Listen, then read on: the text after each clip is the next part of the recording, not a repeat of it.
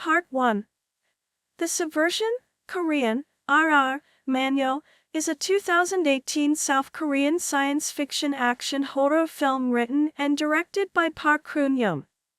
With Kim Do-mi in the lead role as an escaped superhuman prodigy, it explores the consequences of irresponsible transhumanist experimentation. A sequel, The Witch, Part 2. The other one was released on June 15, 2022. A young girl escapes from a mysterious laboratory after a violent incident that leaves many dead. Two members who run the lab, Dr. Beck and Mr. Choi, considered her dead. The girl collapses on a farm, where she is discovered by the owner, Mr. and Mrs. Gu. His wife nurses the girl back to health and adopts her. 10 years later, the girl, named Jae-yoon, is living a normal life, apparently without any memory of her past. Her family is struggling financially, her mother is showing early signs of dementia, and Jae-yoon is suffering periodic, severe headaches. To earn money, she decides to audition for a national singing contest that promises a large cash prize. She impresses the judges with her special talent, the telekinetic ability to make the microphone levitate. This makes Dr. Beck and Mr. Choi realize that Jae-yoon is the girl who escaped, and they send men to recapture her. On her way to Seoul for the second round of the audition, Jae-yoon is approached by a man named Nobleman, who claims to know her. After the audition, she avoids an abduction by Dr. Beck's men. A group of armed men barges into her home and holds her family at gunpoint. Seeming to enter a trance, Jae-yoon dispatches the men with superhuman strength and speed. She is left shaken, apparently not understanding either her superhuman or psionic abilities. Nobleman demands that she accompany him or he will kill her parents. She agrees and is taken to the laboratory, where she is restrained. Dr. Beck explains that she created Jae-yoon, genetically modifying her to have superpowers. Jae-yoon's headaches are a symptom of a disease that will kill her without proper treatment. She has her injected with a blue serum that will stop the disease for a month, leaving Jae-yoon dependent on new doses. After the injection, Jae-yoon's demeanor changes and she reveals the truth. She never lost her memory and has always known what she is. After visiting a doctor by herself and being told that without a bone marrow transplant from a blood relative, she only has a few months left to live, she decided to track down Dr. Beck for the cure. Not knowing how to find her, she purposefully revealed her abilities during the audition to draw the attention of her creators. With the serum restoring her to full strength, Jae-yoon escapes her bonds and kills her guards. Holding Dr. Beck at gunpoint, she demands to know where the serum is produced. It is around this time that Mr. Choi comes, having heard about Jae-yoon, but she kills him with ease. She defeats the nobleman, but Dr. Beck is killed during the chaos. Jae-yoon burns the building down and visits her parents, providing her father with some of the serum to give her mother to help slow the spread of her dementia. Her father alludes to always having known what Jae-yoon could do. 3 months later, Jae-yoon appears in the home of Dr. Beck's twin sister. She gives her more vials of the serum. A mysterious young woman, whose face is covered in scars, approaches Jae-yoon, but Jae-yoon threatens to kill her if she touches her, and the screen goes to black. Cast: Kim Do-mi as Jae-yoon, Jo Min-soo as Dr. Beck, Park Hee-soon as Mr. Choi, Choi Woo-shik as Gwagongja, nobleman, Go Min-asai as Do Myun-hee, Choi Young-woo as Teacher Gu, Oh Mi-hee as Teacher Gu's wife, Kim Byeon-ok as Police Officer Do, Yoon-doon as Jin Neori, girl with long hair, Lee Ju-won as CEO Sum. Production. In June 2018, it was reported that Kim Do-mi, Jo Min-soo, Choi Woo-shik and Park Hee-soon were starring in the film. Kim Do-mi was selected from 1,500 candidates to play the role. 14. On review aggregator Rotten Tomatoes, the film holds an approval rating of 89% based on 18 reviews, with an average rating of 8.7/10. 15. Elizabeth Kerr of The Hollywood Reporter gave a positive review and wrote, "An ever-so-delicate twist on the Korean revenge thriller." By Korean action standards, The Witch, Part 1. The Subversion is lean at 2 hours, but in cramming so much into the narrative it stumbles over itself on more than one occasion. It very often forgets its internal logic and drags the showdown out to the breaking point. 16. Raphael Motermayer of Flickr and Myth rated the film 4 out of 5 and wrote, "Despite trying to cram too much plot, the film's atmospheric score, action sequences, and visuals keep you invested in the story and what comes next." 17. Box office. The film opened in South Korea on June 27, 2018. During its debut weekend, the film finished in first place, ending The Accidental Detective 2 in action 2-week box office reign. It sold more than 735,000 tickets from 1,117 screens from Friday to Sunday, with $6 million gross during its opening weekend. 18. In its second weekend, the film finished in second place behind Ant-Man and the Wasp, dropping 40% from the last weekend with $3.5 million gross from 451,113 tickets sold. 19. Grossing $3.1 million on its third weekend, the film finished third behind Ant-Man and the Wasp and newcomer Skyscraper. 20. As of August 23, the film attracted 3,189,092 moviegoers and earned $24,377,666. The native language for about 81 million people, mostly of Korean descent. Hey, it is the national language of both North Korea and South Korea. In the South, the language is known as Hangul, South Korean, and in the North, it is known as Choseonho, North Korean. 4. Since the turn of the 21st century, Korean popular culture has spread around the world through globalization and cultural exports. 5. Beyond Korea, the language is recognized as a minority language in parts of China, namely Jilin, and specifically Yanbian Prefecture, and Cheongbuk County. It is also spoken by Sakhalin Koreans in parts of Sakhalin, the Russian island just north of Japan, and by the Koryo-Saram in parts of Central Asia. 6.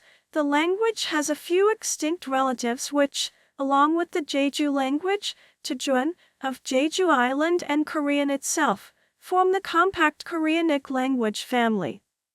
Even so, Jejuan and Korean are not mutually intelligible. The linguistic homeland of Korean is suggested to be somewhere in contemporary Manchuria. 6.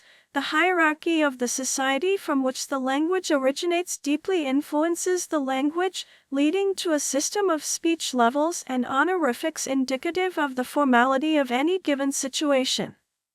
Modern Korean is written in the Korean script, Hangul in South Korea, Kosanbol in North Korea, an alphabet system developed during the 15th century for that purpose, although it did not become the primary script until the mid-20th century. Hanja and mixed script were the primary script until then. 7. The script uses 24 basic letters, JMO, and 27 complex letters formed from the basic ones. Interest in Korean language acquisition, as a foreign language, has been generated by long-standing alliances, military involvement, and diplomacy, such as between South Korea, United States and China, North Korea since the end of World War II and the Korean War. Along with other languages such as the Chinese languages and Arabic, Korean is ranked at the top difficulty level for English speakers by the United States Department of Defense. History. Main article, History of Korean.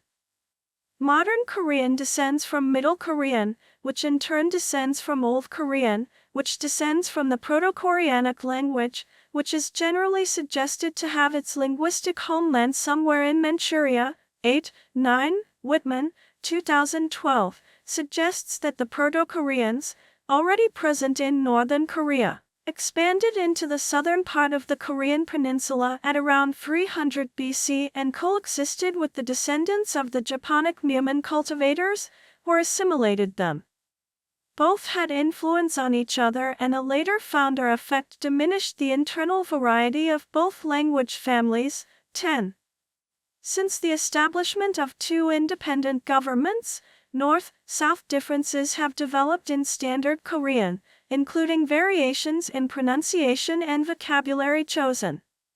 While there tends to be strong political conflict between North and South Korea regarding these linguistic differences, regional dialects within each country actually display greater linguistic variations than those found between North and South Korean standards. Nevertheless, these dialects remain largely mutually intelligible. Writing systems. See also, Origin of Hangul. King Sejong's proclamation of the Hangul script, written in Classical Chinese. The Chinese language, written with Chinese characters and read with Sino-Xenic pronunciations, was first introduced to Korea in the 1st century BC, and remained the medium of formal writing and government until the late 19th century. 11. Korean scholars adapted Chinese characters, known in Korean as Hanja, to write their own language, creating scripts known as Idu, Hyeonggul, Gojeol, and Gakpil. 12. 13. These systems were cumbersome, due to the fundamental disparities between the Korean and Chinese languages, and accessible only to those educated in Classical Chinese. Most of the population was illiterate. In the 15th century, King Sejong the Great personally developed an alphabetic figure writing system, known today as Hangul, to promote literacy among the common people. 14, 15, 16, introduced in the document Hunninjeonjeo, it was called Eonmun, colloquial script, and quickly spread nationwide to increase literacy in Korea. The Korean alphabet was denounced by the Yondan aristocracy, who looked down upon it for being too easy to learn. 17, 18, however, it gained widespread use among the common class. 19, and was widely used to print popular novels which were enjoyed by the common class. 20, since few people could understand official documents written in Classical Chinese, Korean kings sometimes released public notices entirely written in Hangul as early as the 16th century for all Korean classes, including uneducated peasants and slaves. By the 17th century, the Yongban had exchanged Hangul letters with slaves, which suggests a high literacy rate of Hangul during the Joseon era. 21. In the context of growing Korean nationalism in the 19th century, the Cabal Reform of 1894 abolished the Confucian examinations and decreed that government documents would be issued in Hangul instead of literary Chinese. 22, 23. Some newspapers were published in Hangul, but other publications used Korean mixed script, with Hanja for Sino-Korean vocabulary and Hangul for other elements. 24. North Korea abolished Hanja in writing in 1949, but continues to teach them in schools. 24. Their usage in South Korea is mainly reserved for specific circumstances such as newspapers, scholarly papers, and disambiguation. Today, Hanja is largely used in everyday life but is still important for historical and linguistic studies. Names. The Korean names for the language are based on the names for Korea used in both South Korea and North Korea. The English word, Korean, is derived from Goryeo, which is thought to be the first Korean dynasty known to Western nations. Korean people in the former USSR refer to themselves as Koryosaram or Koryoan, literally, Koryo/Goryeo people, and call the language Koryoma. Some older English sources also use the spelling Korea to refer to the nation and its inflective form for the language, culture, and people, Korea, becoming more popular in the late 1800s. 25. In North Korea and China, the language is most often called Joseonmo, or more formally, Joswoneo. This is taken from the North Korean name for Korea, Joseon, a name retained from the Joseon period until the proclamation of the Korean Empire, which in turn was annexed by the Empire of Japan. In mainland China, following the establishment of diplomatic relations with South Korea in 1992, the term Kyoksianyu, or the short form Chaoyu, has normally been used to refer to the standard language of North Korea and Yanbian, whereas Hangwoil, or the short form Hanyu, is used to refer to the standard language of South Korea. Citation needed, 28. Classification.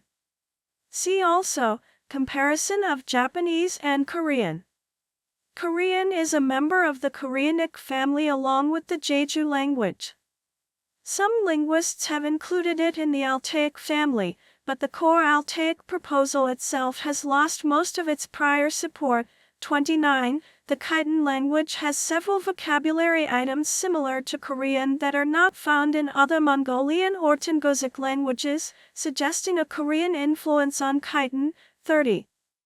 The hypothesis that Korean could be related to Japanese has had some supporters due to some overlap in vocabulary and similar grammatical features that have been elaborated upon by such researchers as Samuel E. Martin, 31, and Roy Andrew Miller, 32. Sergei Starostin, 1991, found about 25% of potential cognates in the Japanese Korean 100-word Swadesh list. 33. Some linguists concerned with the issue between Japanese and Korean, including Alexander Vavin, have argued that the indicated similarities are not due to any genetic relationship, but rather to a Sprachbund effect and heavy borrowing, especially from ancient Korean into Western Old Japanese.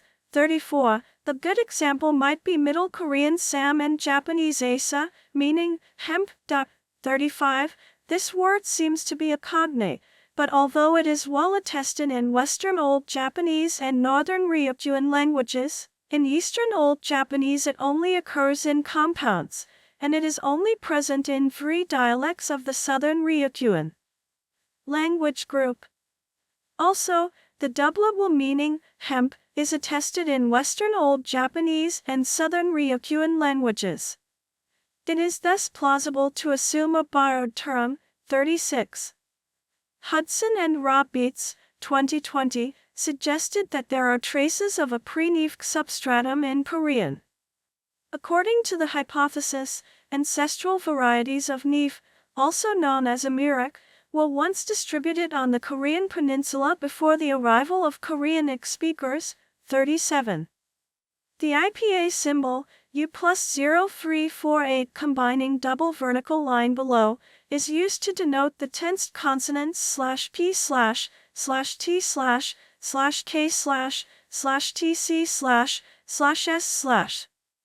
Its official use in the extensions to the IPA is for strong articulation, but is used in the literature for focalized voice. The Korean consonants also have elements of stiff voice, but it is not yet known how typical this is of focalized consonants. They are produced with a partially constricted glottis and additional subglottal pressure in addition to tense vocal tract walls, laryngeal lowering, or other expansion of the larynx. S is aspirated, des, and becomes an alveolo-palatal, before j, or I, for most speakers, but see north-south differences in the Korean language. This occurs with the tense fricative and all the affricates as well.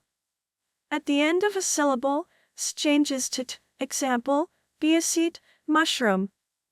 A becomes alveolar flap, r, between vowels, and dal, or dal, at the end of a syllable or next to another o.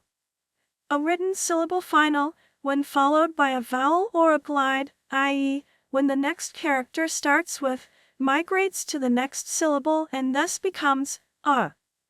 Traditionally, a was disallowed at the beginning of a word. It disappeared before j and otherwise became n. However, the inflow of Western loanwords changed the trend, and now word initial, mostly from English loanwords, are pronounced as a free variation of either r or al. All obstruents, plosives, affricates, fricatives, at the end of a word are pronounced with no audible release, p, t, k. Plosive sounds /p, t, k / become nasals, them, then, n, before nasal sounds. Hangul spelling does not reflect these assimilatory pronunciation rules, but rather maintains the underlying, partly historical morphology. Given this, it is sometimes hard to tell which actual phonemes are present in a certain word. The traditional prohibition of word initials became a morphological rule called initial law in the pronunciation standards of South Korea, which pertains to Sino-Korean vocabulary. Such words retain their word initial in the pronunciation standards of North Korea. For example, however, in Korea, with the exception of older generations in certain regions, most people neither pronounce nor distinguish clearly between the two monophthongs, they and e. Similarly, and are sometimes pronounced as y and we, respectively. 38. The demographic that maintains monophthongal realizations of and is reportedly limited to elderly speakers in the Gyeonggi, Gangwon, and Chungcheong provinces. The official standard pronunciation guidelines acknowledge this variation by permitting both monophthongal and diphthongal pronunciations of these vowels. 39. In South Korea, while the distinction between long and short vowels is not clearly pronounced in contemporary speech, this distinction is maintained in standard language norms for reasons of tradition and semantic differentiation. Korean is an agglutinative language. The Korean language is traditionally considered to have 9 parts of speech. Modifiers generally precede the modified words, and in the case of verb modifiers, can be serially appended. The sentence structure or basic form of a Korean sentence is subject, object, verb, SOV, but the verb is the only required and immovable element, and word order is highly flexible, as in many other agglutinative languages. The relationship between the speaker/writer and their subject and audience is paramount in Korean grammar.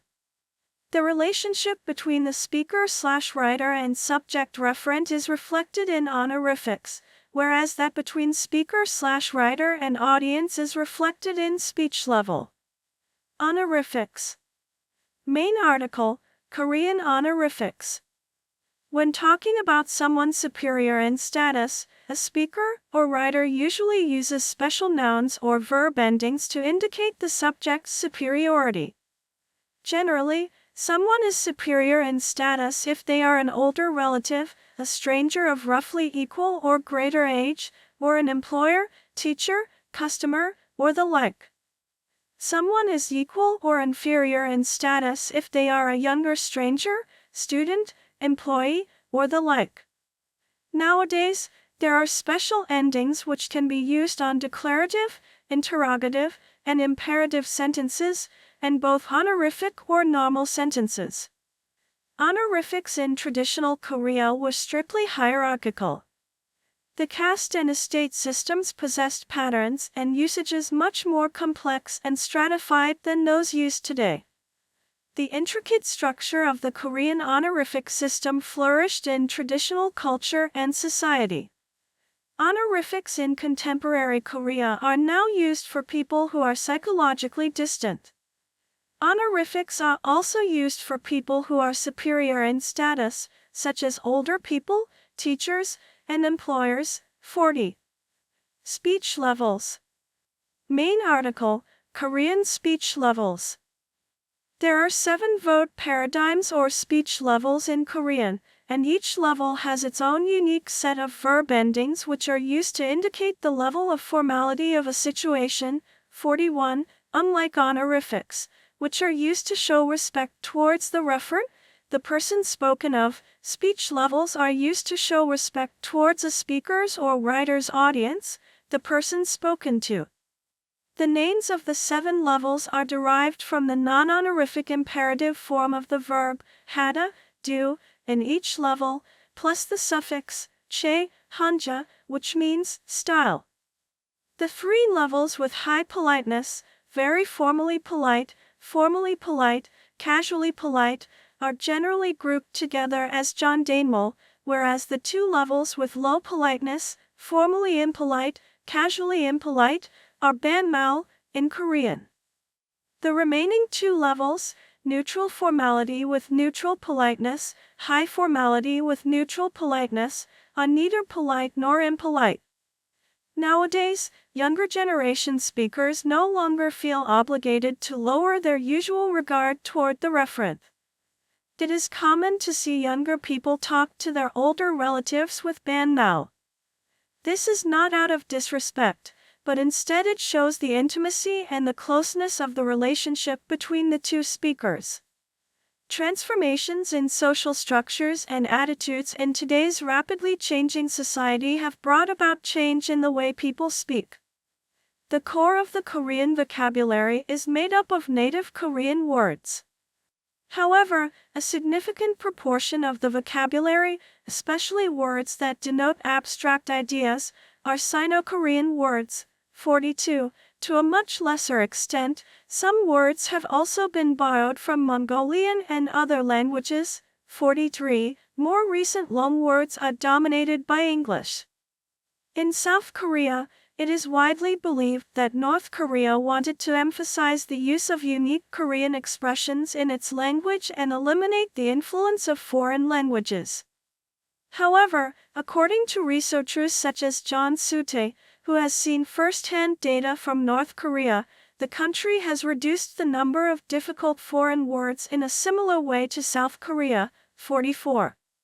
In 2021, Moon Sung-guk of Kim Il-sung University in North Korea wrote in his thesis that Kim Jong-il had said that vernacularized Sino-Korean vocabulary should be used as it is, not modified. A language is in constant interaction with other languages, and in the process it is constantly being developed and enriched, he said. According to the paper, Kim Jong-il argued that academic terms used in the natural sciences and engineering, such as kyeompyevo, computer, and haditasukyu, hard disk, should remain in the names of their inventors, and that the word chocolate, chocolate, should not be replaced because it had been used for so long. 45. South Korea defines its vocabulary standards through the Standard Korean Language Dictionary, and North Korea defines its vocabulary standards through the Korean Language Dictionary. Compounds coined in Korea or Japan and read using the Sino-Korean reading of Chinese characters. Therefore, just like other words, Korean has 2 sets of numeral systems. English is similar, having native English words and Latinate equivalents such as water aqua, fire flame, sea marine, two dual, sun solar, star stella. However, unlike English and Latin, which belong to the same Indo-European languages family and bear a certain resemblance, Korean and Chinese are genetically unrelated, and the 2 sets of Korean words differ completely from each other. All Sino-Korean morphemes are monosyllabic as in Chinese, whereas native Korean morphemes can be polysyllabic. The Sino-Korean words were deliberately imported alongside corresponding Chinese characters for a written language, and everything was supposed to be written in Hanja, so the coexistence of Sino-Korean would be more thorough and systematic than that of Latinate words in English. The exact proportion of Sino-Korean vocabulary is a matter of debate. Son, 2001, stated 50-60%. 42. In 2006, the same author gives an even higher estimate of 65%.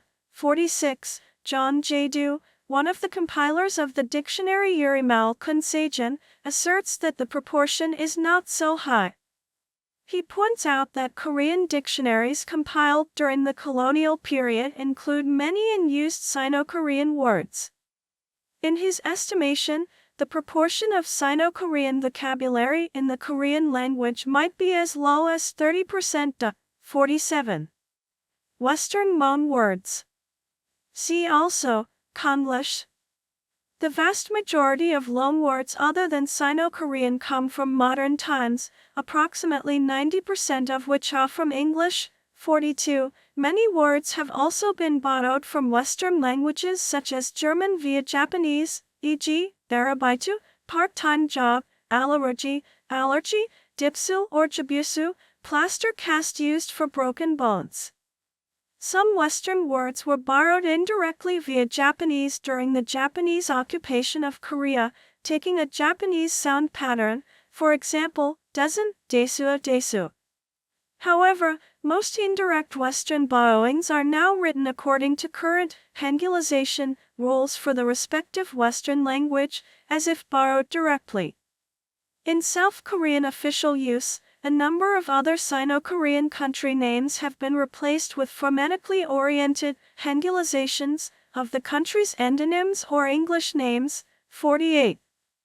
Because of such a prevalence of English in modern South Korean culture and society, lexical borrowing is inevitable. English-derived Korean, or Konglish, is increasingly used. The vocabulary of the South Korean dialect of the Korean language is roughly 5% loanwords, excluding Sino-Korean vocabulary. 49. However, due to North Korea's isolation, such influence is lacking in North Korean speech. Gender. In general, Korean lacks grammatical gender. As one of the few exceptions, the third-person singular pronoun has two different forms, ju, male, and yunyil, female. Before was invented in need of translating shik into Korean, was the only third-person singular pronoun and had no grammatical gender. Its origin causes never to be used in spoken Korean but appearing only in writing. To have a more complete understanding of the intricacies of gender in Korean, 3 models of language and gender that have been proposed: the deficit model, the dominance model, and the cultural difference model. In the deficit model, male speech is seen as the default, and any form of speech that diverges from that norm, female speech, is seen as lesser than. The dominance model sees women as lacking in power due to living within a patriarchal society. The cultural difference model proposes that the difference in upbringing between men and women can explain the differences in their speech patterns. It is important to look at the models to better understand the misogynistic conditions that shape the ways that men and women use the language. Korean's lack of grammatical gender makes it different from most European languages. Rather, gender differences in Korean can be observed through formality, intonation, word choice, etc. 50. However, one can still find stronger contrasts between genders within Korean speech. Some examples of this can be seen in 1. The softer tone used by women in speech. 2. A married woman introducing herself as someone's mother or wife, not with her own name. 3. The presence of gender differences in titles and occupational terms. For example, a sejang is a company president, and yosejang is a female company president. 4. Females sometimes using more tag questions and rising tones in statements, also seen in speech from children. 51. Between two people of asymmetric status in Korean society, people tend to emphasize differences in status for the sake of solidarity. Koreans prefer to use kinship terms, rather than any other terms of reference. 52. In traditional Korean society, women have long been in disadvantaged positions. Korean social structure traditionally was a patriarchally dominated family system that emphasized the maintenance of family lines. That structure has tended to separate the roles of women from those of men. Another crucial difference between men and women is the tone and pitch of their voices and how they affect the perception of politeness. Men learn to use an authoritative falling tone. In Korean culture, a deeper voice is associated with being more polite. In addition to the deferential speech endings being used, men are seen as more polite as well as impartial and professional. While women who use a rising tone in postposition with yo are not perceived to be as polite as men. The kyo also indicates uncertainty since the ending has many prefixes that indicate uncertainty and questioning, while the deferential ending has no prefixes to indicate uncertainty. The hamnida ending is the most polite and formal form of Korea, and the hyo ending is less polite and formal, which reinforces the perception of women as less professional. Science fiction, or sci-fi, is a film genre that uses speculative, science-based depictions of phenomena that are not fully accepted by mainstream science, such as extraterrestrial life forms, spacecraft, robots, cyborgs, mutants, interstellar travel, time travel, or other technologies. Science fiction films have often been used to focus on political or social issues, and to explore philosophical issues like the human condition. The genre has existed since the early years of silent cinema, when Georges Méliès' Day Trip to the Moon, 1902, employed trick photography effects. The next major example, first in feature length in the genre, was the film Metropolis, 1927. From the 1930s to the 1950s, the genre consisted mainly of low-budget B-movies. After Stanley Kubrick's landmark 2001, A Space Odyssey, 1968, the science fiction film genre was taken more seriously. In the late 1970s, big-budget science fiction films filled with special effects became popular with audiences after the success of Star Wars, 1977, and paved the way for the blockbuster hits of subsequent decades. Screenwriter and scholar Eric A. Williams identifies science fiction films as one of 11 supergenres in his screenwriter's taxonomy, stating that all feature-length narrative films can be classified by these supergenres. The other 10 supergenres are action, crime, fantasy, horror, romance, slice of life, sports, thriller, war, and western. Characteristics of the genre. According to Vivian Sobchak, a British cinema and media theorist and cultural critic, science fiction film is a film genre which emphasizes actual, extrapolative, or 2.0 speculative science and the empirical method, interacting in a social context with the lesser emphasized, but still present, transcendentalism of magic and religion, in an attempt to reconcile man with the unknown. Vivian Carol Sobchak, page 63. This definition suggests a continuum between real-world, empiricism and supernatural, transcendentalism, with science fiction films on the side of empiricism, and happy films and sad films on the side of transcendentalism. However, there are numerous well-known examples of science fiction horror films, epitomized by such pictures as Frankenstein and Alien. The visual style of science fiction film is characterized by a clash between alien and familiar images. This clash is implemented when alien images become familiar, as in A Clockwork Orange, when the repetitions of the Korova milk bar make the alien decor seem more familiar, for, as well, familiar images become alien, as in the films Repo Man and Liquid Sky. 5. For example, in Doctor Strangelove, the distortion of the humans make the familiar images seem more alien. 6. Finally, alien images are juxtaposed with the familiar, as in The Deadly Mantis, when a giant praying mantis is shown climbing the Washington Monument. Cultural theorist Scott Buchman has proposed that science fiction film allows contemporary culture to witness an expression of the sublime, be it through exaggerated scale, apocalypse, or transcendence. History. Main article, History of Science Fiction Films. 1900, 1920s. See also, List of science fiction films before 1920 and List of science fiction films of the 1920s. Duration, 26 minutes and 14 seconds. 26 to 14.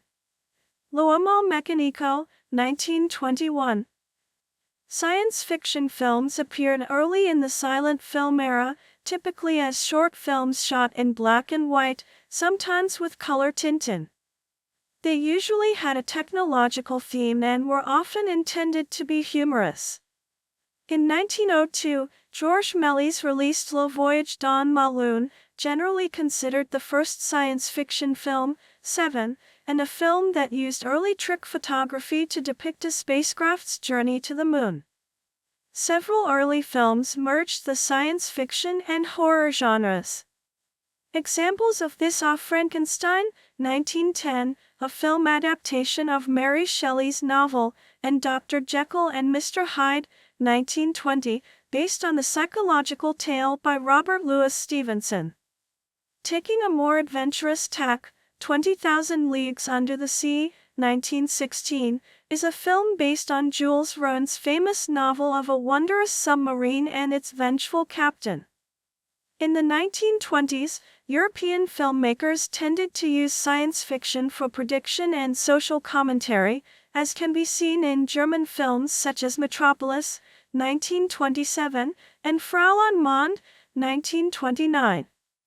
Other notable science fiction films of the silent era include The Impossible Voyage, 1904, The Motorist, 1906, The Conquest of the Pole, 1912, Himmelskabet, 1918, which with its runtime of 97 minutes generally is considered the first feature-length science fiction film in history, 8, The Cabinet of Dr. Caligari, 1920, The Mechanical Man, 1921, Paris Cadort, 1923, Elida, 1924, Lux Smrti, 1925, and The Lost World, 1925. 1930s, 1950s. See also, List of science fiction films of the 1930s, List of science fiction films of the 1940s, and List of science fiction films of the 1950s. In the 1930s, there were several big-budget science fiction films, notably Just Imagine, 1930, King Kong, 1933, and Things to Come, 1936. Starting in 1936, a number of science fiction comic strips were adapted as serials, notably Flash Gordon and Buck Rogers, both starring Buster Crabbe. These serials, and the comic strips they were based on, were very popular with the general public. Other notable science fiction films of the 1930s include Frankenstein, 1931, Bride of Frankenstein, 1935, Dr. X, 1932, Dr. Jekyll and Mr. Hyde, 1931, F.P.1, 1932, Island of Lost Souls, 1932, Deluge, 1933, The Invisible Man, 1933, Master of the Wolf, 1934, Mad Love, 1935, Transatlantic Tunnel, 1935, The Devil Doll, 1936, The Invisible Ray, 1936, The Man Who Changed His Mind, 1936, The Walking Dead, 1936, Nonstop New York, 1937, and The Return of Dr. X, 1939. The 1940s brought us Before I Hang, 1940, Black Friday, 1940, Dr. Cyclops, 1940, The Devil Commands, 1941, Dr. Jekyll and Mr. Hyde, 1941, Man-Made Monster, 1941, It Happened Tomorrow, 1944, It Happens Every Spring, 1949, and The Perfect Woman, 1949. The release of Destination Moon, 1950, and Rocket Ship XM, 1950, brought us to what many people consider the golden age of the science fiction film. In the 1950s, public interest in space travel and new technologies was great. While many 1950s science fiction films were low-budget B-movies, there were several successful films with larger budgets and impressive special effects. These include The Day the Earth Stood Still, 1951, The Thing from Another World, 1951, When Worlds Collide, 1951, The War of the Worlds, 1953, 20,000 Leagues Under the Sea, 1954, This Island Earth, 1955, Forbidden Planet, 1956, Invasion of the Body Snatchers, 1956, The Curse of Frankenstein, 1957, Journey to the Center of the Earth, 1959, and On the Beach, 1959. There is often a close connection between films in the science fiction genre and the so-called monster movie. Examples of this are them. 1954, The Beast from 20,000 Fathoms, 1953, and The Blob, 1958. During the 1950s, Ray Harryhausen, protégé of Master King Kong animator Willis O'Brien, used stop-motion animation to create special effects for the following notable science fiction films: It Came from Beneath the Sea, 1955, Earth vs. the Flying Saucers, 1956, and 20 Million Miles to Earth, 1957. Poster for the 1954 Japanese monster film Godzilla. The most successful monster movies were Japanese film studio Toho's kaiju films directed by Ashiro Honda and featuring special effects by Eiji Tsuburaya. 9, 10. The 1954 film Godzilla, with the title Monster Attacking Tokyo, gained immense popularity, spawned multiple sequels, led to other kaiju films like Rodan, and created one of the most recognizable monsters in cinema history. Japanese science fiction films, particularly the tokusatsu and kaiju genres, were known for their extensive use of special effects and gained worldwide popularity in the 1950s. Kaiju and tokusatsu films, notably Warning from Space, 1956, sparked Stanley Kubrick's interest in science fiction films and influenced 2001, A Space Odyssey, 1968. According to his biographer John Baxter, despite their clumsy model sequences, the films were often well photographed in color, and their dismal dialogue was delivered in well-designed and well-lit sets.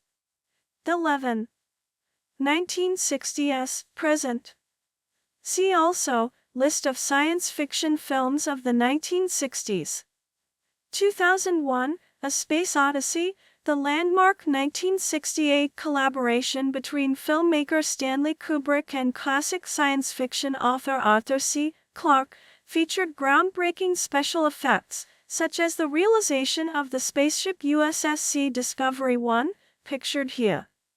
With the space race between the USSR and the US going on, documentaries and illustrations of actual events, pioneers, and technology were plenty.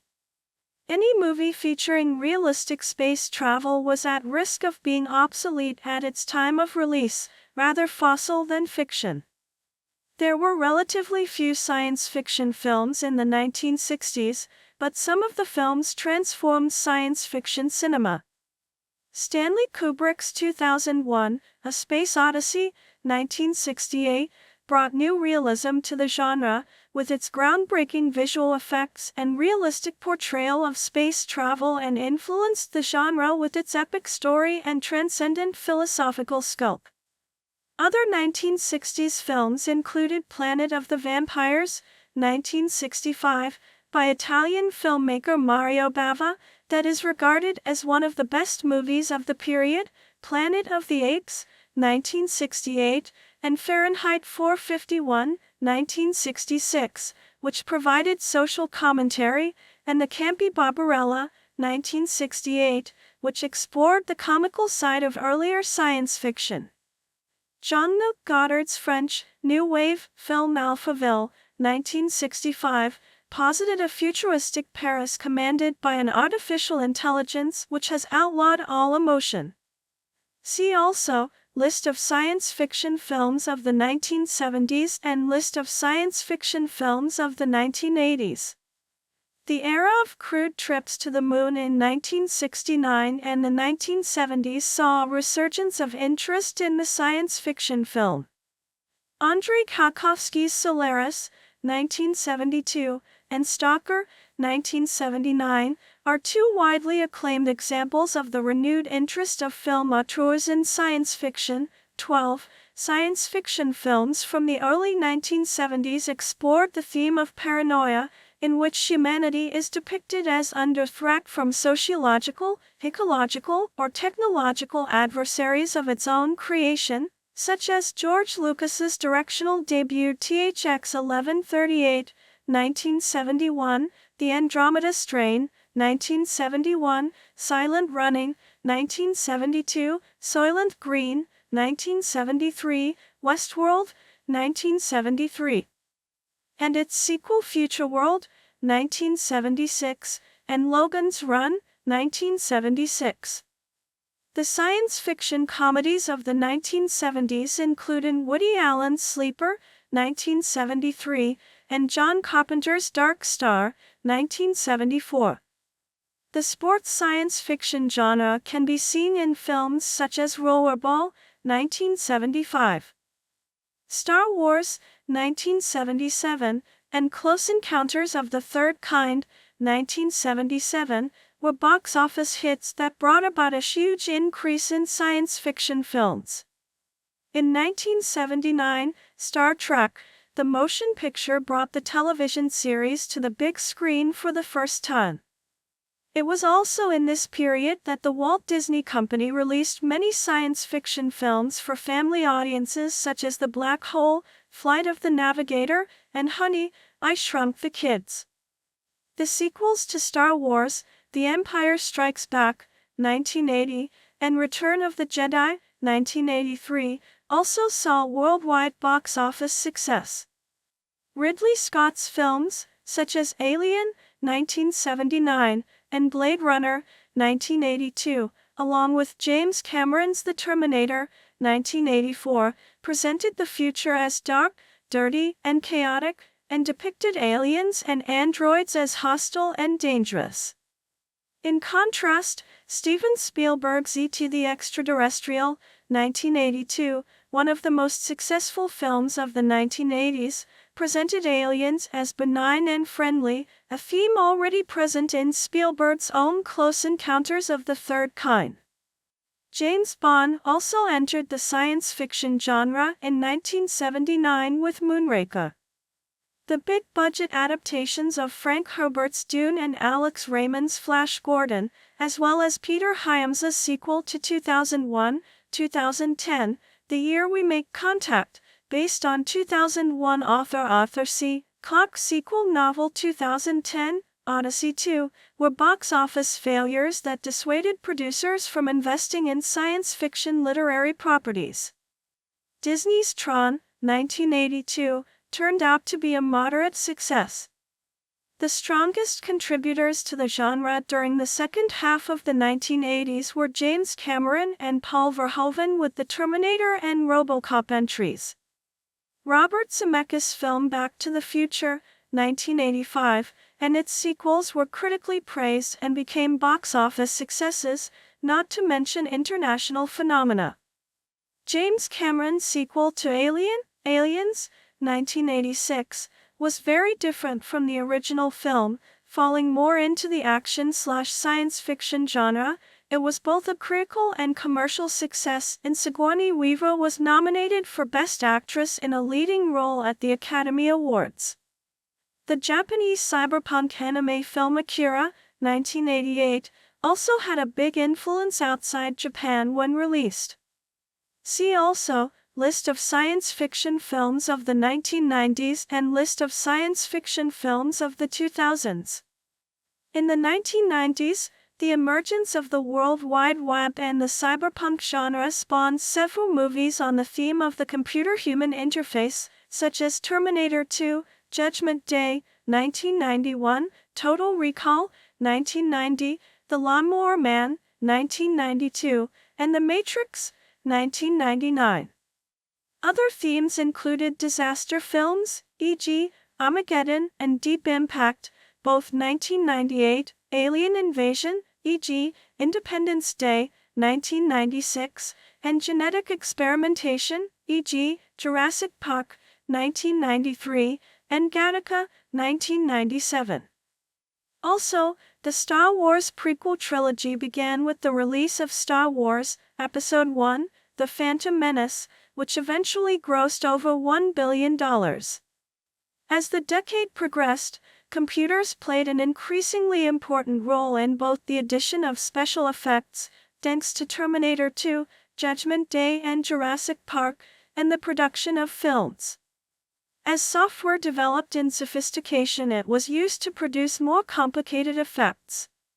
It also enabled filmmakers to enhance the visual quality of animation, resulting in films such as Ghost in the Shell, 1995, from Japan, and The Iron Giant, 1999, from the United States.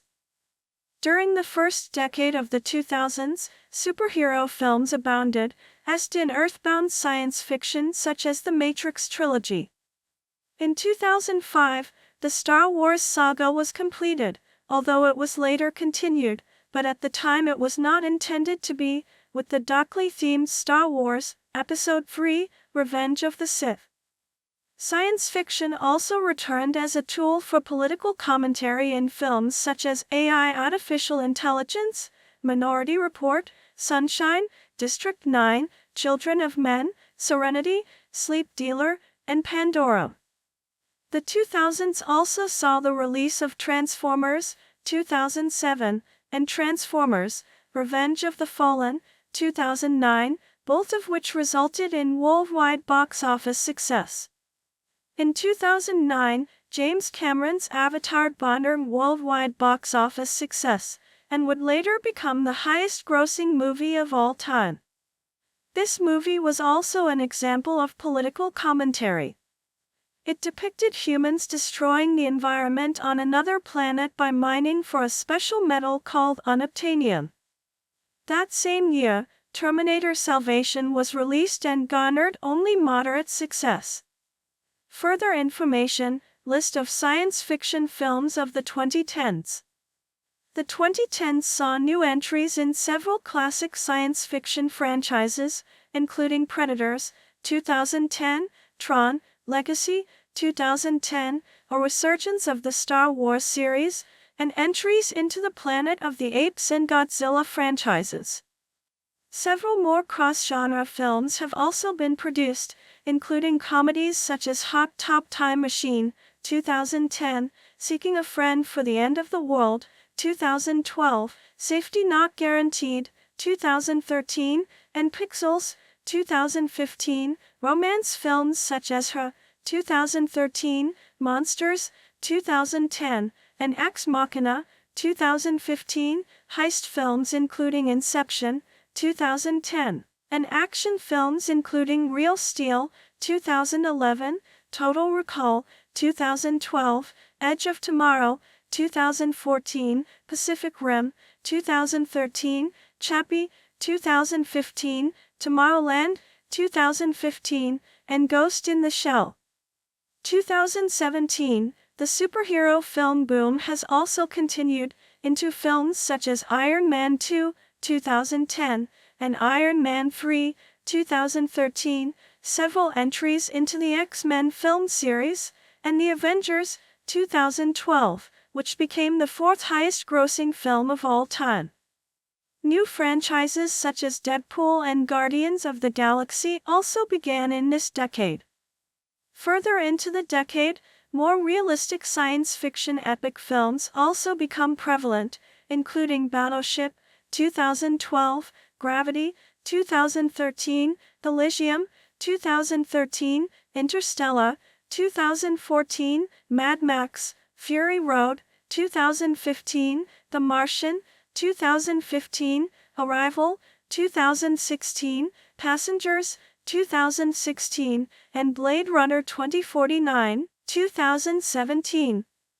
Many of these films have gained widespread accolades, including several Academy Award wins and nominations. These films have addressed recent matters of scientific interest, including space travel, climate change, and artificial intelligence.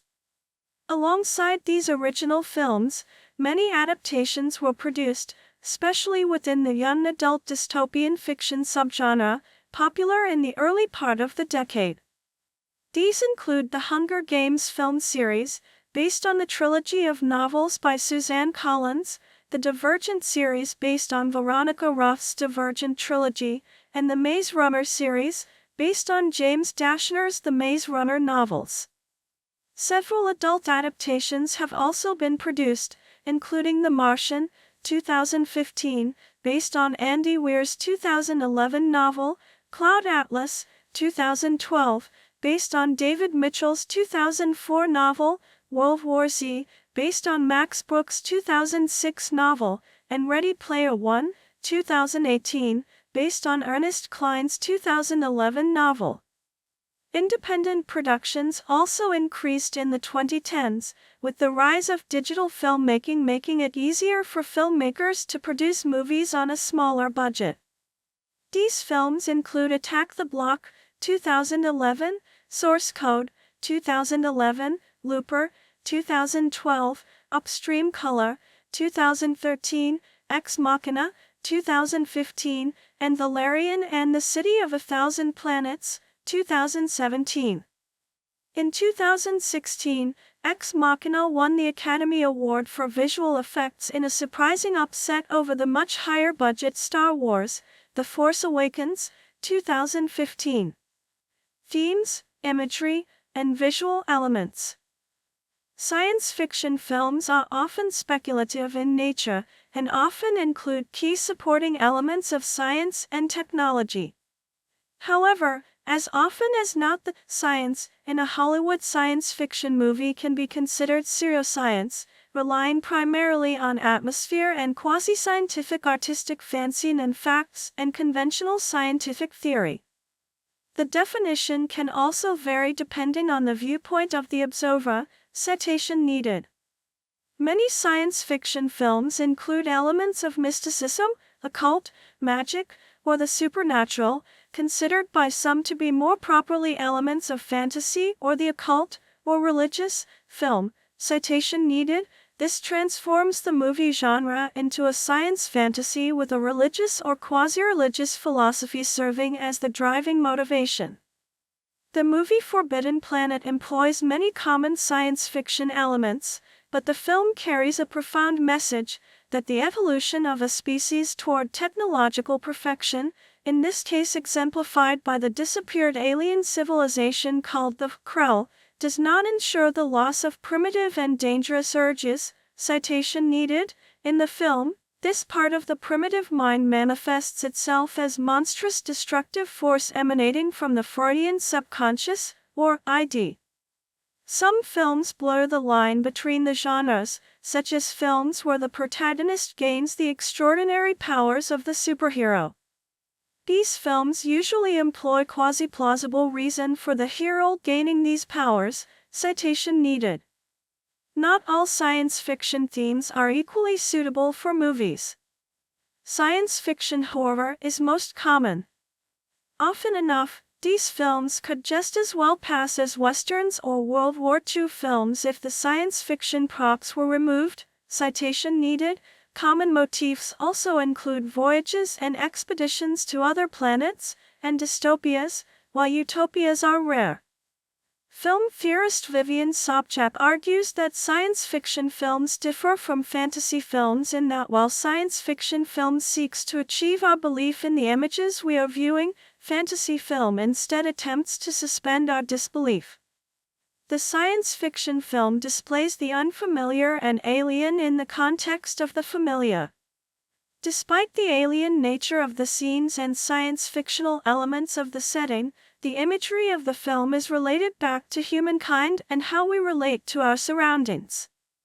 While the science fiction film strives to push the boundaries of the human experience, they remain bound to the conditions and understanding of the audience and thereby contain prosaic aspects, rather than being completely alien or abstract. Citation needed.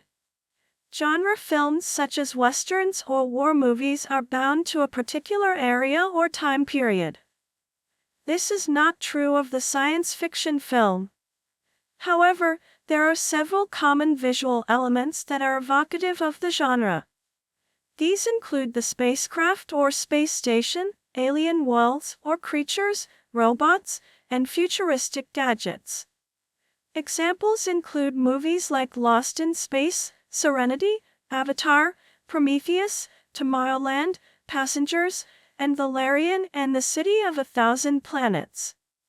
More subtle visual clues can appear with changes of the human form through modifications in appearance, size, or behavior, or by means a known environment turned eerily alien, such as an empty city. The Omega Man, 1971. Scientific elements. Peter Sellers as the titular character from Doctor Strangelove, 1964. While science is a major element of this genre, many movie studios take significant liberties with scientific knowledge. Such liberties can be most readily observed in films that show spacecraft maneuvering in outer space. The vacuum should preclude the transmission of sound or maneuvers employing wings, yet the soundtrack is filled with inappropriate flying noises and changes in flight path resembling an aircraft beacon. The filmmakers, unfamiliar with the specifics of space travel, focus instead on providing acoustical atmosphere and the more familiar maneuvers of the aircraft. The role of the scientist has varied considerably in the science fiction film genre, depending on the public perception of science and advanced technology. Citation needed. Starting with Dr. Frankenstein, the mad scientist became a stock character who posed a dire threat to society and perhaps even civilization. Certain portrayals of the mad scientist, such as Peter Sellers' performance in Doctor Strangelove, have become iconic to the genre. Citation needed. In the monster films of the 1950s, the scientist often played a heroic role as the only person who could provide a technological fix for some impending doom. Reflecting the distrust of government that began in the 1960s in the United States, the brilliant but rebellious scientist became a common theme, often serving a Cassandra-like role during an impending disaster. Biotechnology, e.g., cloning, is a popular scientific element in films as depicted in Jurassic Park, cloning of extinct species, The Island, cloning of humans, and genetic modification in some superhero movies and in the Alien series. Cybernetics and holographic projections as depicted in RoboCop and I, Robot are also popularized.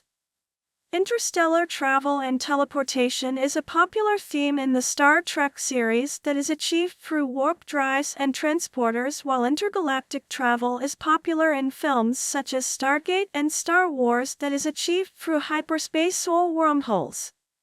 Nanotechnology is also featured in the Star Trek series in the form of replicators, Utopia, in The Day the Earth Stood Still in the form of Grey Goo, Dystopia, and in Iron Man 3 in the form of Extremis, nanotubes.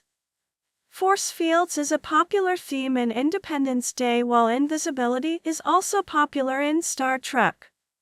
Arc reactor technology, featured in Iron Man, is similar to a cold fusion device. 13. Miniaturization technology, where people are shrunk to microscopic sizes, is featured in films like Fantastic Voyage, 1966, Honey, I Shrunk the Kids, 1989, and Marvel's Ant-Man, 2015. The late Arthur C. Clarke's third law states that any sufficiently advanced technology is indistinguishable from magic. Past science fiction films have depicted fictional, magical technologies that became present reality. For example, The personal access display device from Star Trek was a precursor of smartphones and tablet computers. Gesture recognition in the movie Minority Report is part of current game consoles. Human-level artificial intelligence is also fast approaching with the advent of smartphone AI, while a working cloaking device/material is the main goal of stealth technology. Autonomous cars, e.g. Kit from the Knight Rider series, and quantum computers, like in the movie Stealth and Transcendence, also will be available eventually. Furthermore, although Clarke's laws do not classify sufficiently advanced technologies, the Kardashev scale measures a civilization's level of technological advancement into types. Due to its exponential nature, sci-fi civilizations usually only attain Type 1, harnessing all the energy attainable from a single planet, and strictly speaking often not even that. Alien life forms. Main article: Extraterrestrials in fiction. The concept of life, particularly intelligent life, having an extraterrestrial origin is a popular staple of science fiction films. Early films often used alien life forms as a threat or peril to the human race, where the invaders were frequently fictional representations of actual military or political threats on Earth, as observed in films such as Mars Attacks, Starship Troopers, the Alien series, the Predator series, and the Chronicles of Riddick series. Some aliens were represented as benign and even beneficial in nature in such films as Escape to Witch Mountain, Eton the Extraterrestrial, Close Encounters of the Third Kind, The Fifth Element, The Hitchhiker's Guide to the Galaxy, Avatar, Valerian and the City of a Thousand Planets, and the Men in Black series. In order to provide subject matter to which audiences can relate, the large majority of intelligent alien races presented in films have an anthropomorphic nature, possessing human emotions and motivations.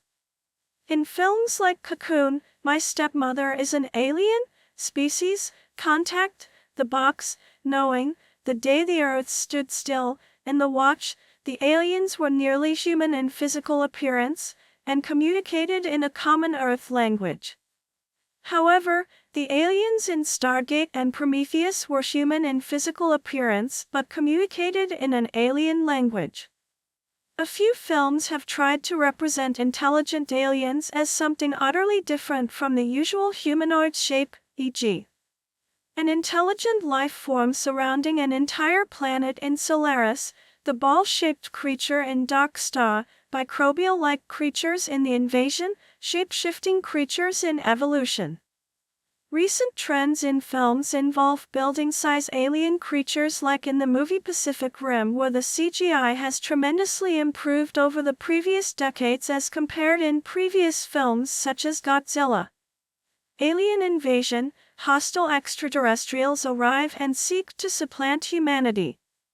They are either overwhelmingly powerful or very insidious. Typical examples include The War of the Worlds, 1953, Invasion of the Body Snatchers, 1956, Daleks' Invasion Earth 2150 AD, 1966, Independence Day, 1996, War of the Worlds, 2005, The Day the Earth Stood Still, 2008, Skyline, 2010, The Darkest Hour, 2011, Battle, Los Angeles, 2011, Battleship, 2012, The Avengers, 2012, Man of Steel, 2013, Pacific Rim, 2013, Ender's Game, 2013, Pixels, 2015, Independence Day, Resurgence, 2016, and Justice League, 2017. Star Wars, Episode 1, The Phantom Menace, 1999, takes an alternative look at the subject, involving an extraterrestrial political entity invading planet Naboo for commercial reasons. Environmental disaster, such as major climate change, or an asteroid or comet strike. Movies that have employed this theme include Soylent Green, 1973, Waterworld, 1995, Deep Impact, 1998, Armageddon, 1998, The Core, 2003, The Day After Tomorrow, 2004, 2012, 2009, Snowpiercer, 2013, and Geostorm, 2017. Man supplanted by technology, typically in the form of an all-powerful computer, advanced robots, or cyborgs, or else genetically modified humans or animals. Among the films in this category are the Terminator series, the Matrix trilogy, I, Robot, 2004, and the Transformers series. Nuclear war, usually in the form of a dystopic, post-Holocaust tale of grim survival. Examples of such a storyline can be found in the movies Doctor Strangelove, 1964, Doctor Who and the Daleks, 1965, Planet of the Apes, 1968, remade in 2001, A Boy and His Dog, 1975, Mad Max, 1979, City of Ember, 2008, The Book of Eli, 2010, Oblivion, 2013, Mad Max, Fury Road, 2015, and Friend of the World, 2020. Pandemic, a highly lethal disease, often one created by man, threatens or wipes out most of humanity in a massive plague. This topic has been treated in such films as The Andromeda Strain, 1971, The Omega Man, 1971, 12 Monkeys, 1995, 28 Weeks Later, 2007, I Am Legend, 2007, and the Resident Evil series. This version of the genre sometimes mixes with zombie films or other monster movies. While monster films do not usually depict danger on a global or epic scale, science fiction film also has a long tradition of movies featuring monster attacks. These differ from similar films in the horror or fantasy genres because science fiction films typically rely on a scientific, or at least pseudoscientific, rationale for the monster's existence, rather than a supernatural or magical reason. Often, the science fiction film monster is created, awakened, or evolves because of the machinations of a mad scientist, a nuclear accident, or a scientific experiment gone awry. Typical examples include The Beast from 20,000 Fathoms, 1953, Jurassic Park films, Cloverfield, Pacific Rim, the King Kong films, and the Godzilla franchise or the many films involving Frankenstein's monster. Mind and identity. The core mental aspects of what makes us human has been a staple of science fiction films, particularly since the 1980s. Ridley Scott's Blade Runner, 1982, an adaptation of Philip K. Dick's novel Do Androids Dream of Electric Sheep, examined what made an organic creation a human, while the RoboCop series saw an android mechanism fitted with the brain and reprogrammed mind of a human to create a cyborg.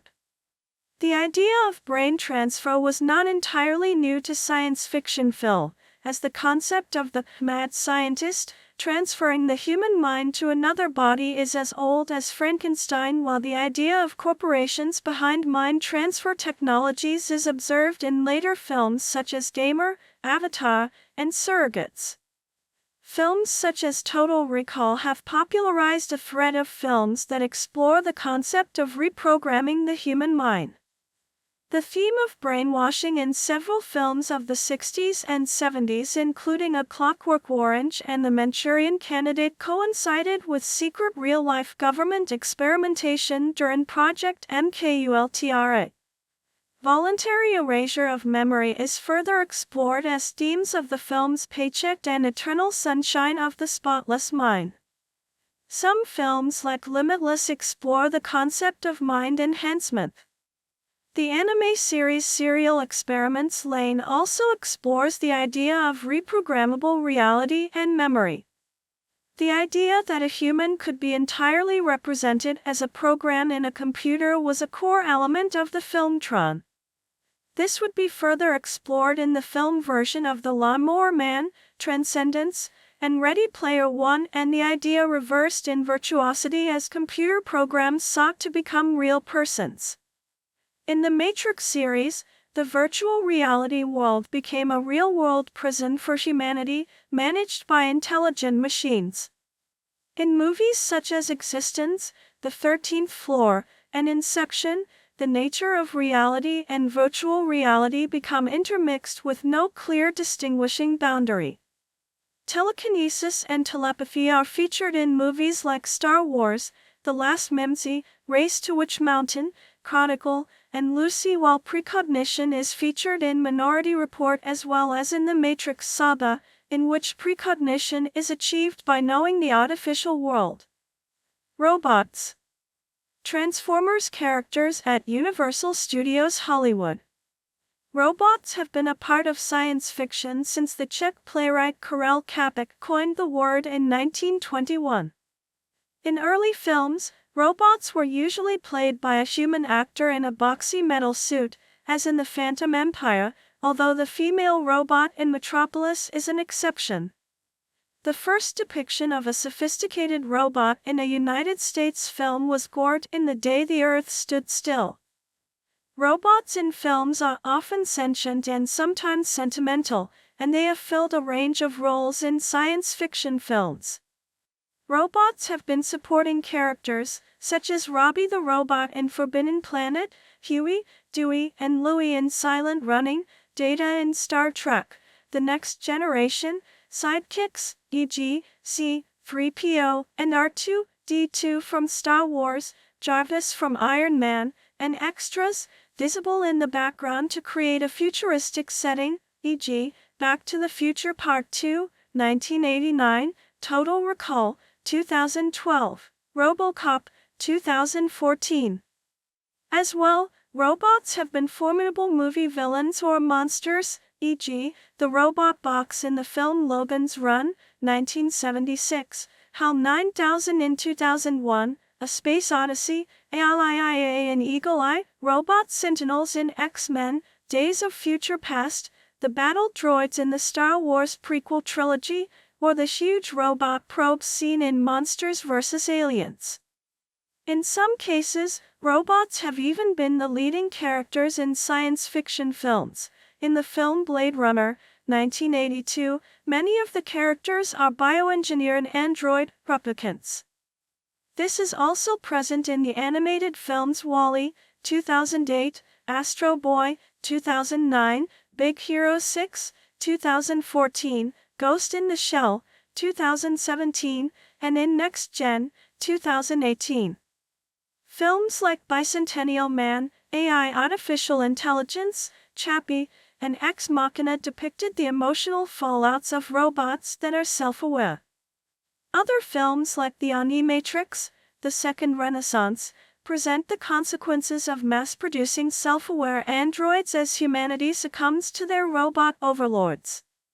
One popular theme in science fiction film is whether robots will someday replace humans, a question raised in the film adaptation of Isaac Asimov's I, Robot, in Jobs, and in the film Real Steel, in Sports, or whether intelligent robots could develop a conscience and a motivation to protect, take over, or destroy the human race, as depicted in The Terminator, Transformers, and in Avengers, Age of Ultron. Another theme is remote telepresence via androids as depicted in Surrogates and Iron Man 3. As artificial intelligence becomes smarter due to increasing computer power, some sci-fi dreams have already been realized. For example, the computer Deep Blue beat the world chess champion in 1997, and a documentary film, Game Over, Kasparov and the Machine, was released in 2003. Another famous computer called Watson defeated the two best human Jeopardy! Game show players in 2011, and a Nova documentary film, Smartest Machine on Earth, was released in the same year. Building-size robots are also becoming a popular theme in movies as featured in Pacific Rim. Future live-action films may include an adaptation of popular television series like Voltron and Robotech. The CGI robots of Pacific Rim and the Power Rangers, 2017, reboot was greatly improved as compared to the original Mighty Morphin Power Rangers, the movie, 1995. While size does matter, a famous tagline of the movie Godzilla, incredibly small robots, called nanobots, do matter as well, e.g. Borg nanoprobes in Star Trek and nanites in I, Robot. Time travel.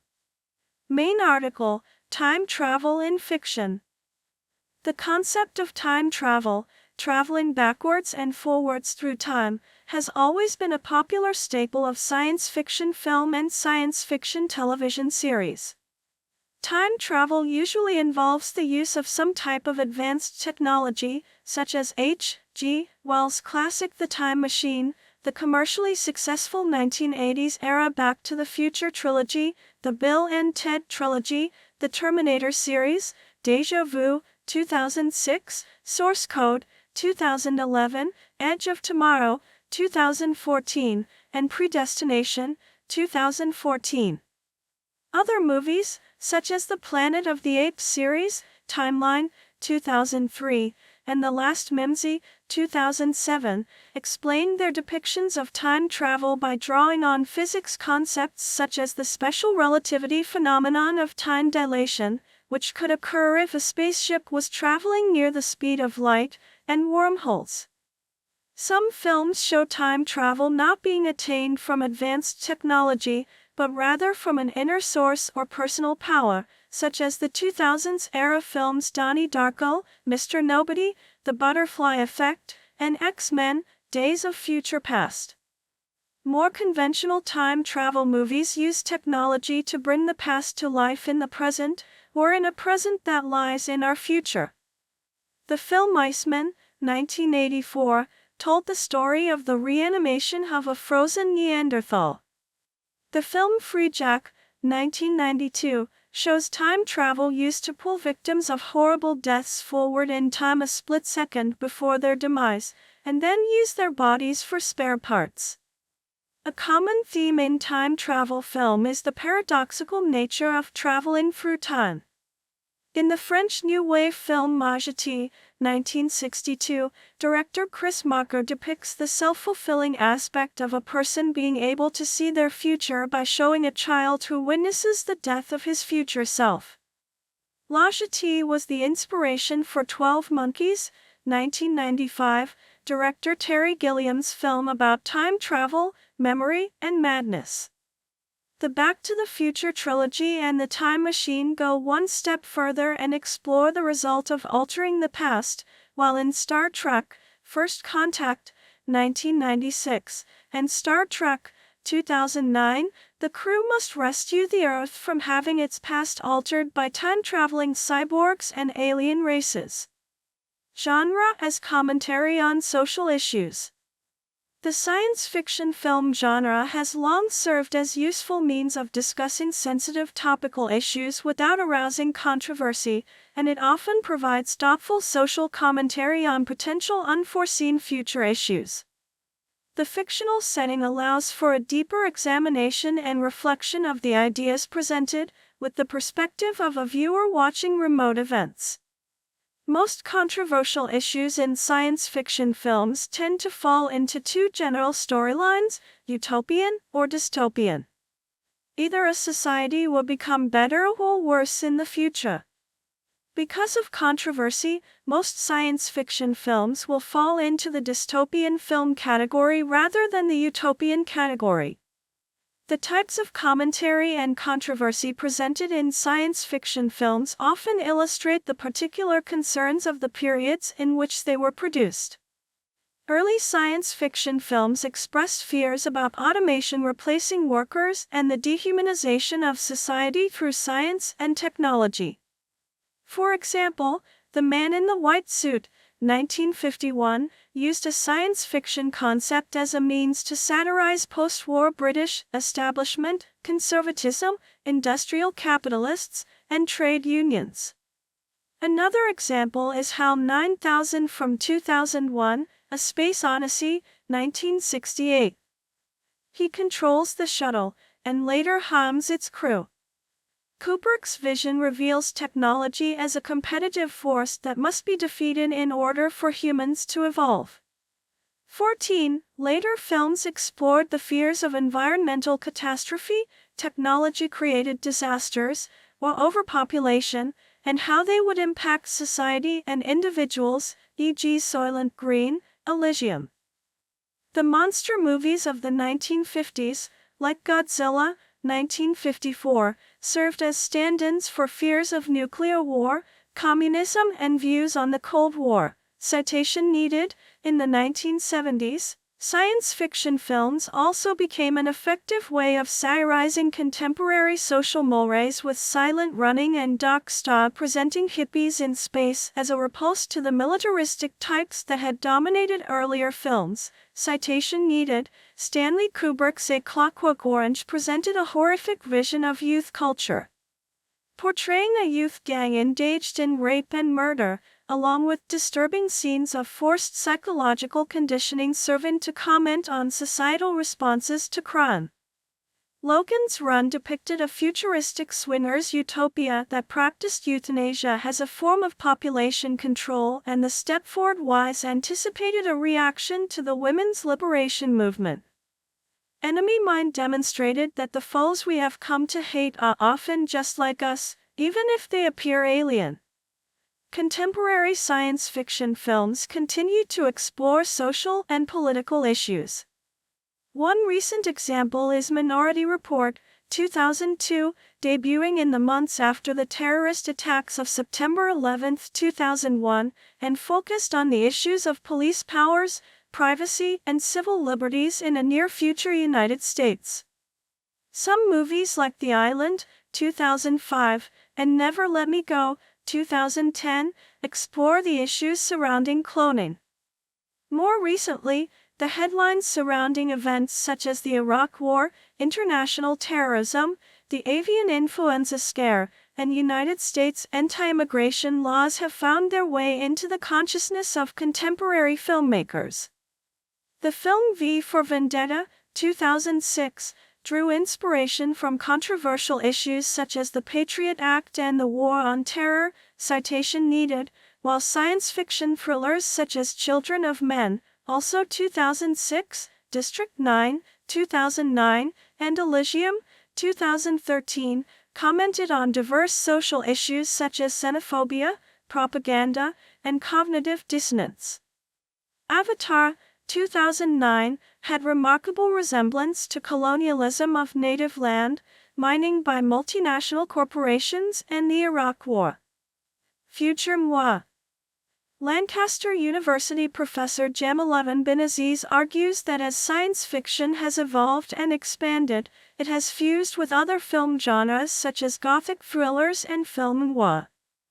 When science fiction integrates film noir elements, Binaziz calls the resulting hybrid form future noir, a form which encapsulates a postmodern encounter with generic persistence, creating a mixture of irony, pessimism, prediction, extrapolation, bleakness, and nostalgia. Future noir films such as Brazil, Blade Runner, 12 Monkeys, Dark City, and Children of Men use a protagonist who is increasingly dubious, alienated, and fragmented, at once dark and playful like the characters in Dibson's Neuromancer, yet still with the shadow of Philip Marlowe. Future noir films that are set in a post-apocalyptic world restructure and re-represent society in a parody of the atmospheric world usually found in noir's construction of a city, dark, bleak, and beguiled. Future noir films often intermingle elements of the Gothic thriller genre, such as Minority Report, which makes references to occult practices, and Alien, with its tagline, "In space, no one can hear you scream," and a space vessel, Nostromo, that harks back to images of the haunted house in the Gothic horror tradition. Binaziz states that films such as James Cameron's The Terminator are a subgenre of techno-noir that create an atmospheric feast of noir darkness and a double-edged world that is not what it seems. 15. Film versus literature. When compared to science fiction literature, science fiction films often rely less on the human imagination and more upon action scenes and special effect-created alien creatures and exotic backgrounds. Since the 1970s, film audiences have come to expect a high standard for special effects in science fiction films. 16. In some cases, science fiction-themed films superimpose an exotic, futuristic setting onto what would not otherwise be a science fiction tale. Nevertheless, some critically acclaimed science fiction movies have followed in the path of science fiction literature, using story development to explore abstract concepts. Influence of science fiction authors. Jules Verne, 1828 to 1905, became the first major science fiction author whose works filmmakers adapted for the screen, with Méliès Le Voyage dans ma Lune, 1902, and 20,000 Lieues sous les Mers, 1907, which used Verne's scenarios as a framework for fantastic visuals. By the time Verne's work fell out of copyright in 1950, the adaptations were generally adapted as costume dramas with a Victorian aesthetic. Verne's works have been adapted a number of times since then, including 20,000 Leagues Under the Sea, 1954, From the Earth to the Moon, 1958, and two film versions of Journey to the Center of the Earth in 1959 and 2008. H. G. Wells's novels The Invisible Man, Things to Come and The Island of Dr. Moreau were all adapted into films during his lifetime, 1866 to 1946, while The War of the Worlds, updated in 1953 and again in 2005, was adapted to film at least 4 times altogether. The Time Machine has had 2 film versions, 1960 and 2002, while Sleeper in part is a pastiche of Wells's 1910 novel The Sleeper Awakes. With the drop-off in interest in science fiction films during the 1940s, few of the Golden Age science fiction authors made it to the screen. A novella by John W. Campbell provided the basis for The Thing from Another World, 1951. Robert A. Heinlein contributed to the screenplay for Destination Moon, 1950, but none of his major works were adapted for the screen until the 1990s, The Puppet Masters, 1994, and Starship Troopers, 1997. The fiction of Isaac Asimov, 1920 to 1992, influenced the Star Wars and Star Trek films, but it was not until 1988 that a film version of one of his short stories, Nightfall, was produced. The first major motion picture adaptation of a full-length Asimov work was Bicentennial Man, 1999, based on the short stories Bicentennial Man, 1976, and The Positronic Man, 1992, the latter co-written with Robert Silverberg, Although I, Robot, 2004, a film loosely based on Asimov's book of short stories by the same name, drew more attention. The 1968 film adaptation of some of the stories of science fiction author Arthur C. Clarke as 2001, A Space Odyssey won the Academy Award for Visual Effects and offered thematic complexity not typically associated with the science fiction genre at the time. Its sequel, 2010, The Year We Make Contact, inspired to Clarke's 2010 Odyssey 2, was commercially successful but less highly regarded by critics. Reflecting the times, 2 earlier science fiction works by Ray Bradbury were adapted for cinema in the 1960s, Fahrenheit 451, 1966, and The Illustrated Man, 1969. Kurt Vonnegut's Slaughterhouse-Five was filmed in 1971 and Breakfast of Champions in 1998. Philip K. Dick's fiction has been used in a number of science fiction films, in part because it evokes the paranoia, citation needed, that has been a central feature of the genre. Films based on Dick's works include Blade Runner, 1982, Total Recall, 1990, Imposter, 2001, Minority Report, 2002, Paycheck, 2003, A Scanner Darkly, 2006, and The Adjustment Bureau, 2011. These films represent loose adaptations of the original stories, with the exception of A Scanner Darkly, which is more inclined to Dick's novel. Dementia is a syndrome associated with many neurodegenerative diseases, characterized by a general decline in cognitive abilities that affects a person's ability to perform everyday activities. 9. This typically involves problems with memory, thinking, behavior, and motor control. 10. Aside from memory impairment and a disruption in thought patterns, the most common symptoms of dementia include emotional problems, difficulties with language, and decreased motivation. 1. The symptoms may be described as occurring in a continuum over several stages. 11. Dementia is a life-limiting condition, having a significant effect on the individual, their caregivers, and their social relationships in general. 1. The diagnosis of dementia requires the observation of a change from a person's usual mental functioning and a greater cognitive decline than might be caused by the normal aging process. 13. Several diseases and injuries to the brain, such as a stroke, can give rise to dementia.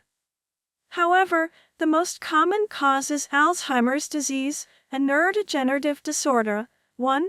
Dementia is a neurocognitive disorder with varying degrees of severity, mild to major, and many forms or subtypes. 14. Dementia is an acquired brain syndrome, marked by a decline in cognitive function, and is contrasted with neurodevelopmental disorders. 15. It has also been described as a spectrum of disorders with subtypes of dementia based on which known disorder caused its development, such as Parkinson's disease for Parkinson's disease dementia, Huntington's disease for Huntington's disease dementia, vascular disease for vascular dementia, HIV infection causing HIV dementia, frontotemporal lobar degeneration for frontotemporal dementia, Lewy body disease for dementia with Lewy bodies, and prion diseases. 16. Subtypes of neurodegenerative dementias may also be based on the underlying pathology of misfolded proteins, such as synucleinopathies and tauopathies. 16. The coexistence of more than one type of dementia is known as mixed dementia. 15. Many neurocognitive disorders may be caused by another medical condition or disorder, including brain tumors and subdural hematoma, endocrine disorders such as hypothyroidism and hypoglycemia, nutritional deficiencies including thiamine and niacin, infections, immune disorders, liver or kidney failure, metabolic disorders such as Cuff's disease, some leukodystrophies, and neurological disorders such as epilepsy and multiple sclerosis. Some of the neurocognitive deficits may sometimes show improvement with treatment of the causative medical condition. 17. Diagnosis of dementia is usually based on history of the illness and cognitive testing with imaging. Blood tests may be taken to rule out other possible causes that may be reversible, such as hypothyroidism, an underactive thyroid, and imaging can be used to help determine the dementia subtype and exclude other causes. 18. Although the greatest risk factor for developing dementia is aging, dementia is not a normal part of the aging process. Many people aged to 90 and above show no signs of dementia. 18. Risk factors, diagnosis, and caregiving practices are influenced by cultural and socio-environmental factors. 19. Several risk factors for dementia, such as smoking and obesity, are preventable by lifestyle changes. Screening the general older population for the disorder is not seen to affect the outcome. 20. Dementia is currently the 7th leading cause of death worldwide and has 10 million new cases reported every year, approximately 1 every 3 seconds.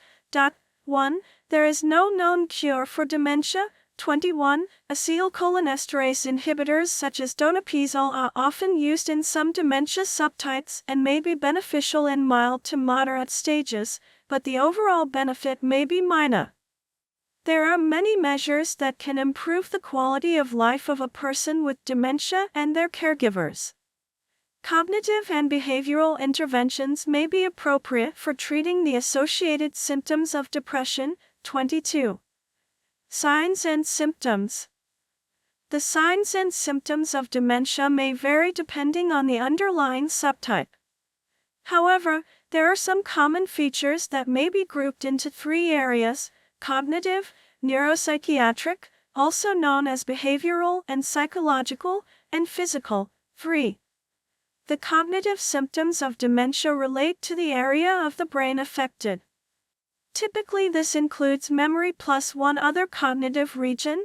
23.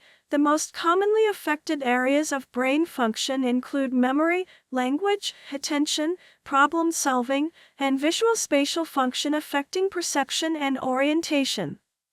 Signs of dementia include getting lost in a familiar neighborhood, using unusual words to refer to familiar objects, forgetting the name of a close family member or friend, forgetting old memories, and being unable to complete tasks independently. 24. People developing dementia can often fall behind on bill payments, specifically mortgage and credit cards, and the crashing credit score can be an early indicator of the disease. 25. 26. The symptoms progress at a continuous rate over several stages, and they vary across the dementia subtypes. 27. 11. Most types of dementia are slowly progressive with some deterioration of the brain well established before signs of the disorder become apparent. The behavioral symptoms can include agitation, restlessness, inappropriate behavior, sexual disinhibition, and verbal or physical aggression. 28. Psychological symptoms can include depression, hallucinations, most often visual, 29. Delusions, apathy, and anxiety. 28. 30. Also common are personality changes with the progression of dementia, such as increases in neuroticism and declines in conscientiousness. 31. Behavioral symptoms in dementia are thought to be often due to unmet needs or untreated physical symptoms. 32. 33. Many of these symptoms may be improved by non-pharmacological measures such as appropriate exercise and empowering carers. 34. Underlying physical causes of distress may also need to be targeted. 3. Dementias may also produce a number of physical manifestations. These may include changes in gait, falls, repetitive movements, Parkinsonism, or seizures. 23. People with dementia are more likely to have problems with incontinence than those of a comparable age without dementia. They are 3 times more likely to have urinary incontinence and 4 times more likely to have fecal incontinence. 35. 36. Dementia can also affect the person's eating and drinking, often causing swallowing issues and weight loss that worsen as the illness progresses to later stages. 37. Pain can also affect people with dementia. Potentially as many as 79.6% of people with dementia in nursing homes may experience pain. However, pain can be difficult to assess as people with dementia may be unable to communicate this verbally and instead it may manifest as behavioral symptoms. 38. People with dementia may often have other health conditions present, such as high blood pressure or diabetes, and there can sometimes be as many as 4 of these comorbidities. 39. There is also increased prevalence of sarcopenia, muscle loss, and frailty among people with dementia.